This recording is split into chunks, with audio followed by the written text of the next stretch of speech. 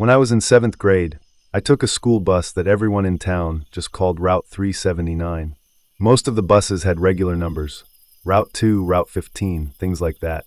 But for some reason, 379 never changed.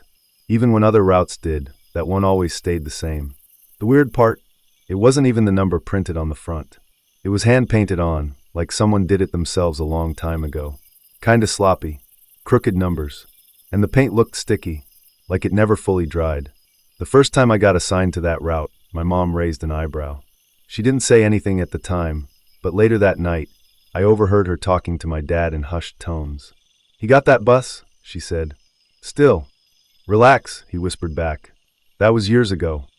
That made me nervous. I was a quiet kid, didn't cause trouble, didn't ask a lot of questions. But I remember everything, especially that bus. The first day I stepped onto it, something felt off.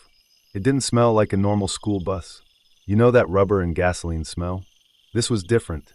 Musty, like an old attic and wet dirt mixed together. The floor was sticky underfoot, and there were carvings in the seats, some fresh, some old, and some deep enough that the foam inside had turned black. The driver was this tall, stiff man with long gray hair tucked under a faded blue cap. His face was lined and tired with sunken eyes. He never said much, didn't greet kids, never smiled. He only spoke when someone crossed the white line before the bus stopped. And when he did, his voice didn't sound real, like it was coming from somewhere deeper than his throat. "Sit. Back." Not loud, just enough to shut you up. Kids on that bus didn't act like normal kids either. They were quiet. Every seat was filled, but no one spoke. Not even whispers. Just the occasional cough or sniffle. The only seat open was in the very back. I made my way there, brushing past tense shoulders and blank stares. And once I sat down, I noticed something strange. The windows were tinted, really tinted. Too dark for a school bus. You couldn't see much outside. Just vague shapes of trees and buildings, like they were underwater. And the ride always took longer than it should have. Even if I got on at 7:20, I wouldn't arrive at school until nearly 8:10. A drive that normally took 25 minutes max. At first, I thought it was just traffic or extra stops. But I started watching the road, and something didn't add up. We never passed any of the same landmarks I saw in my parents' car. No gas stations, no grocery stores, not even other buses. Just woods. Endless stretches of narrow, cracked road surrounded by thick trees. Once, I tried counting the turns. We made more than 20. There's no way that was the most direct route. Then I started noticing other things. Kids would get on the bus, sit down, and never get off. Like one girl, I still remember her. Long dark hair, braces, always carried a purple binder with cartoon stickers. She got on one morning 2 stops after mine, sat across from me, and then just kept riding. She was still there when we got to school. Still there when I got off. The next day, she was in the same seat. And the day after that. I stopped seeing her at school completely. But she kept showing up on the bus, binder in her lap, staring straight ahead. I told my mom about it. She said I was imagining things. I knew I wasn't. Then came the day that changed everything. We were halfway through the ride when the bus stopped on a narrow dirt road. No houses nearby. No mailbox. Just woods. But a kid got on. He didn't look right. His clothes were old, like really old, corduroy pants and a wool sweater with holes in it. His skin looked grayish, and his eyes were sunken like the driver's. No one else reacted.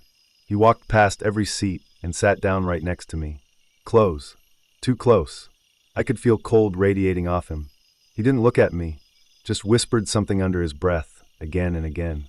I leaned in and listened. "Don't get off. Don't get off. Don't get off." That ride felt like it went on for hours. I gripped my backpack so tight my knuckles turned white. Finally, the school came into view. Kids filed out quietly. The boy next to me didn't move. I stood and inched away, trying not to touch him. I reached the front, and the driver turned to look at me for the first time. His eyes were pure white. No pupils. No irises. And he smiled. "You saw him," he said. I bolted. After that, I begged my parents to let me walk or drive me. Anything but the bus. They didn't understand, but they gave in after I started refusing to leave the house in the morning. Years went by. I moved away, went to college, tried to forget. But a few weeks ago, I visited my hometown. Out of curiosity, or maybe stupidity, I drove past the old bus depot. And there it was, Route 379. Same sloppy paint. Same dull yellow body. Except now it was behind a chain-link fence, rusting, flat tires, overgrown grass around it. I asked around.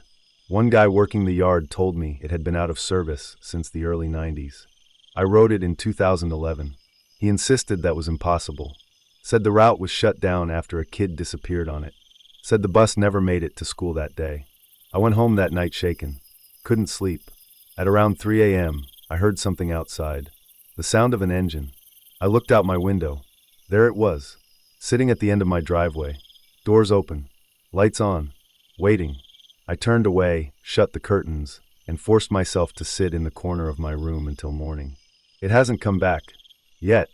But sometimes, in the middle of the night, I still hear that soft mechanical hum, and a whisper through the walls.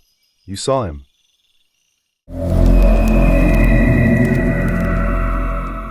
I grew up in a pretty rural town, the kind where the school district covers miles of empty roads and random clusters of houses that feel completely isolated from each other.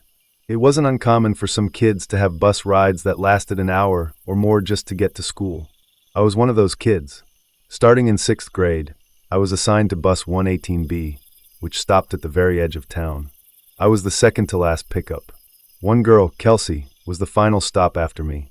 She lived even deeper in the woods. The first few months were fine. Same driver every day, Mrs. Hazel. Old, friendly, white hair tied into a bun. Always wore oversized sunglasses, even on cloudy days. She hummed church music sometimes, which creeped me out in a weird way, but she never did anything to make us uncomfortable.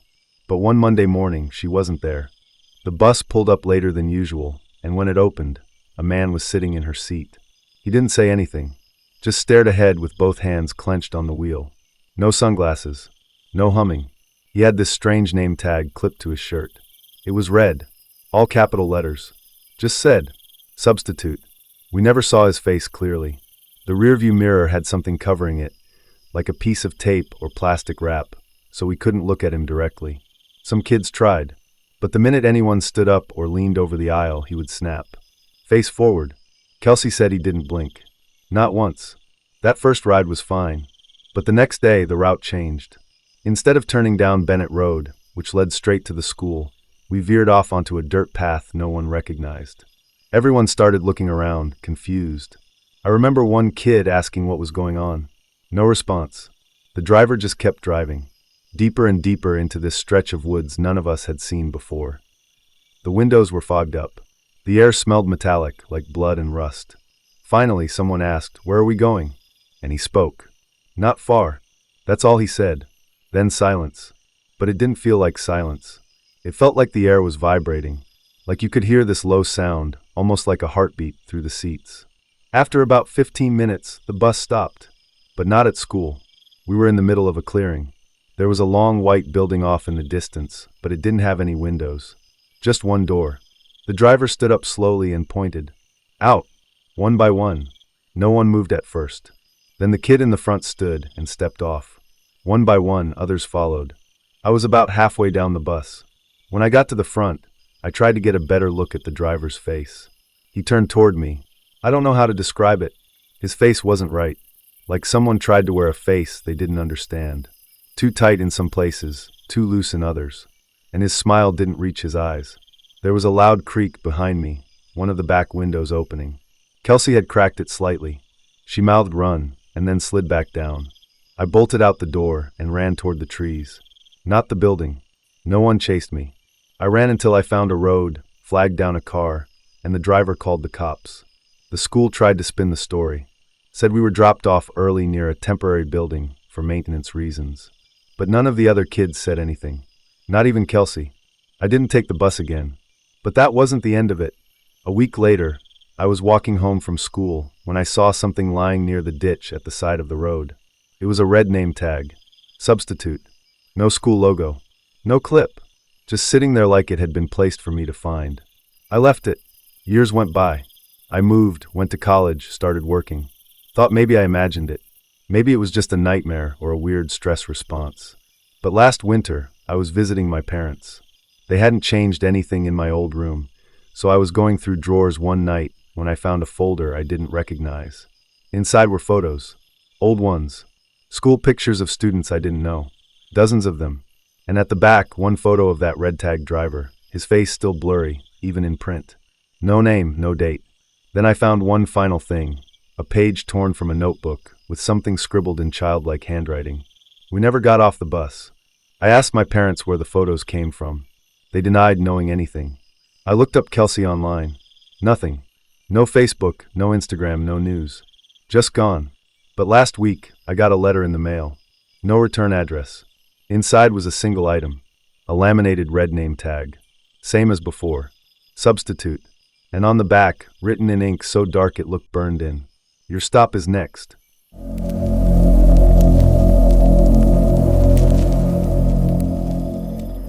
I was 12 when my family moved to a quiet little town in the middle of nowhere. It had one school, one gas station, and no more than a few traffic lights. My parents wanted a simpler life. They got their wish. Everything there felt slow, dull, but not the buses. There were rumors about Bus 66. Most of the kids just joked about it, but the older ones swore it existed. It wasn't on any official list, and none of the teachers ever talked about it. But every once in a while, someone said they saw it. Bright yellow. Route number scrawled in marker, not paint. And no one driving. No driver. Just the engine running. The story went that Bus 66 was the district's old emergency vehicle.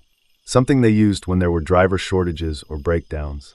The only problem was the last time it was used, years ago, it never came back. 7 students boarded it during a winter storm. A substitute driver had been called in. The roads were icy, visibility low. But somehow, they made every stop and picked up all the kids. They never made it to school. No crash was reported. No wreckage was found. They just disappeared. I heard the story maybe 5 or 6 times before I started ignoring it. But then, 2 months into living there, I got assigned to a different bus route. My driver had quit suddenly, and they shuffled students around. That morning, I waited at the edge of my driveway with my backpack slung over one shoulder and sleep still heavy in my eyes. At 7:19 a.m., a yellow bus rounded the corner. No number, just a hand-drawn 66 in faded black ink near the doors. I hesitated. The bus squealed to a stop. No one inside moved. I waited for the doors to open, but they didn't. The engine just idled. Steam hissed from under the hood. The windows were tinted so dark I could barely see through, but I thought I saw silhouettes inside. Kids. Sitting. Perfectly still. I turned and walked back to the house. My mom was confused. I told her something felt off. She rolled her eyes, said I could stay home just for today, but tomorrow I had to stop being so dramatic. That night, I had a dream. I was on a school bus, sitting alone, and the world outside the window was pitch black. No trees. No sky. Just static darkness. I heard the driver breathing, but when I looked up, there was no one there. Then the bus started moving. But it never turned. Just kept going straight, farther and farther, the world getting smaller behind me. I screamed. I pounded the windows. Nothing changed. The next morning, I refused to go out for pickup. My dad got pissed and drove me himself. He didn't believe in any of it. Called the district, asked about Bus 66. They told him no such vehicle existed. I kept hearing from other kids that they'd seen it. Some swore they saw a friend get on it, someone who never showed up to school again. Others said if you looked inside, the bus wasn't filled with people. It was filled with copies of people. Lookalikes. Like something wearing their skin. A few months later, Kira, a girl in my class, disappeared. She'd been waiting for her usual bus. But it broke down, and the district had no record of where she went. Her parents were furious. They said she texted a friend at 7:18 a.m. Different bus today. Weird number. Talk later. She never talked later. I started walking to school. It was 6 miles and cold some mornings, but I didn't care. At least I wasn't on that thing. Every once in a while, I'd hear the soft growl of an engine behind me, and I'd duck into the woods until it passed.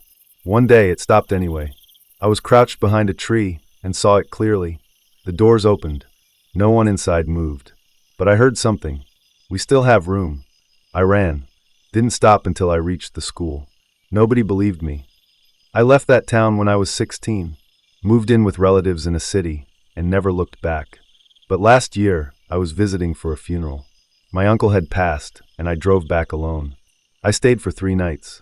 The second morning, I woke up to a sound outside the guest room window. That familiar, deep diesel hum. I peeled back the curtain, and there it was. Bus 66. Sitting there. Empty. Doors open. Lights on. I grabbed my keys and ran out the back. But later that day, taped to the rear windshield of my rental car was a handwritten note. It just said, "We never turned around."